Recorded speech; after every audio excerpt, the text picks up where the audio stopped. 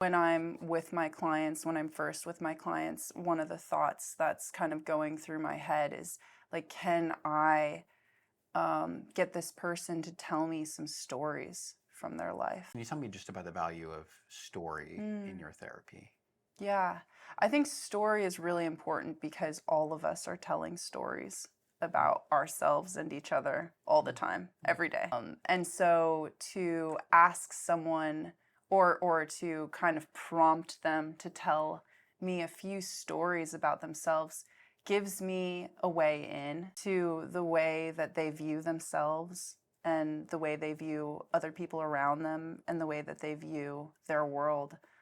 Stories are a space that we inhabit every day, and in many times, like many moments of every day. And so it's important to me to be able to enter into that space with someone and be curious about, like, what are the stories that you tell yourself? What are the stories that have happened to you?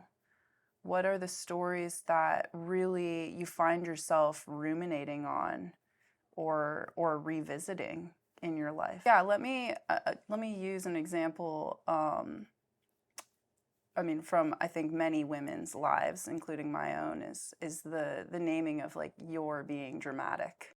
When you are called dramatic, or maybe not even called explicitly dramatic, but implicitly feel like you're dramatic, you then start to discredit your own emotion. And I think when we can go back into the stories where we're called dramatic and maybe for some of my clients realize like, oh, I'm a very sensitive individual that feels things on a deeper level, and my emotion was something dangerous to the people that were calling me dramatic, maybe because they couldn't experience their own emotion because they had self-judgment for their own emotion. And we can enter back into that story and recognize like, oh, the judgment that other people held towards themselves was actually projected onto me, and then I took in that judgment for myself. And now I name myself as dramatic. I can't recognize that